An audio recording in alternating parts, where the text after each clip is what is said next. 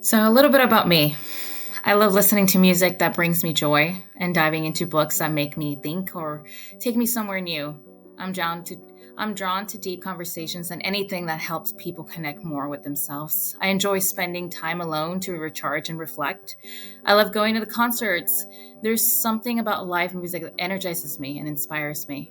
Arts and crafts are another creative outlet I enjoy. They give me space to slow down and express myself in a hands on, meaningful way. I am the fourth out of six children. Texas has always been home. Graduated from U of H with a bachelor's in science and family development and family studies. In 2013, go Cougs! I'm a dog mom to Ghost. He's 10 years old and he's such a special part of my life. I adopted him when he was only 4 years old, and he's brought so much joy in companionship. I am an educator. I'm a taller Montessori lead teacher, and it means I get to be part of this really special stage in a child's life when they're just starting to discover the world, their independence, and how they are. I don't stand at the front of a classroom and teach in a traditional way. Instead, I create a calm, thoughtful space where toddlers can explore, make choices, and try things on their own. My role is to observe, guide gently, and step in only when needed. I help them learn everyday skills like washing their hands, putting on shoes, or cleaning up after themselves. But more importantly, I support their emotional growth. I help them name their feelings, handle frustration, and learn how to express themselves. Right now, I'm in a season of change, growth, and stepping into something new. It hasn't always been comfortable, but been full of learning. I'm discovering how to move forward with more clarity, confidence, and purpose, just one step at a time.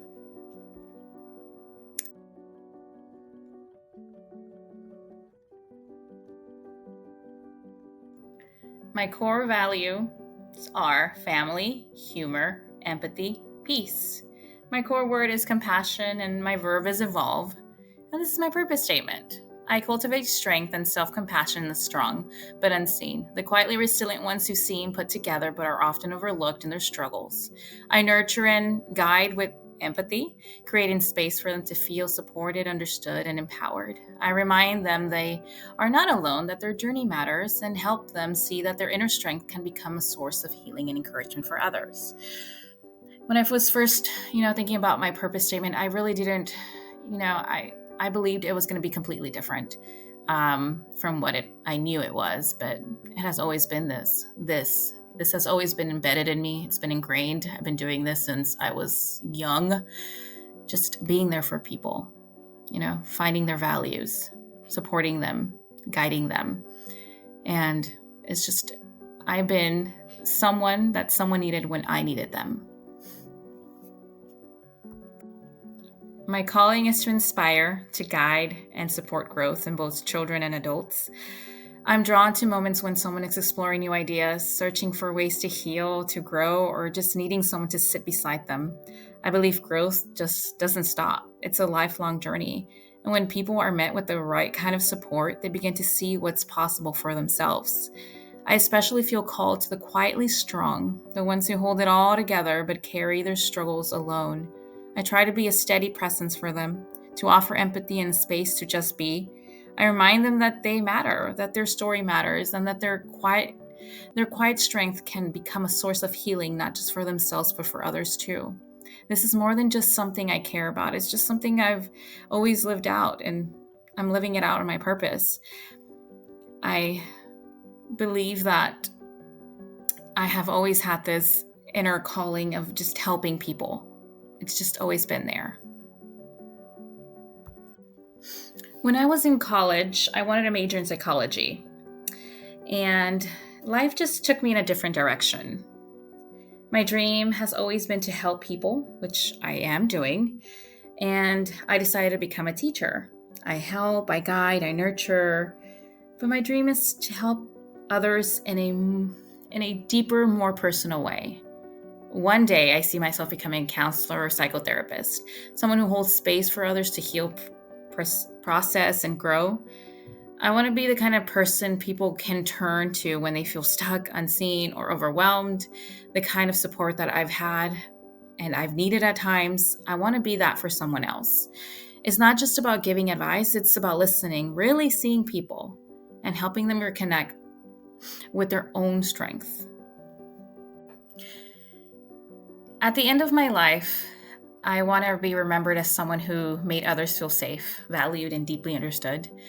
Someone who showed up with empathy and quiet strength, who could sense what others needed even when they couldn't put it into words. I want my legacy to be one of healing, transformation, and advocacy. A life that inspired others to keep growing, learning, and becoming who they were always meant to be.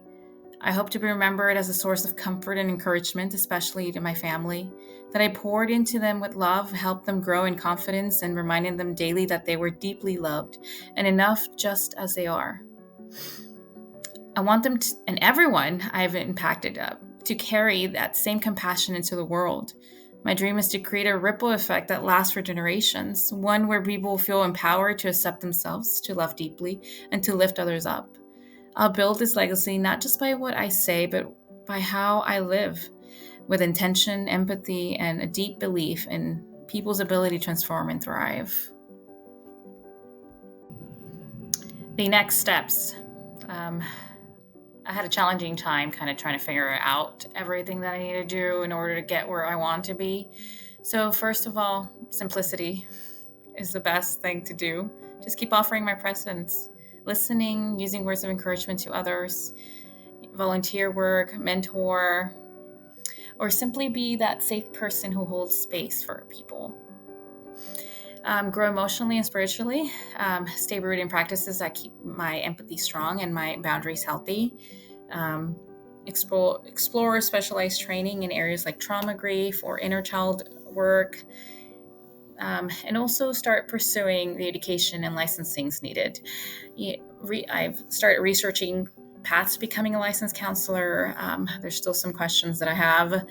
Enroll in a master's program that aligns with my values. It's just that way I can start beginning to log the necessary clinical hours. And I'm also very interested in finding a mentor or supervisor who embodies that kind of therapist I want to be.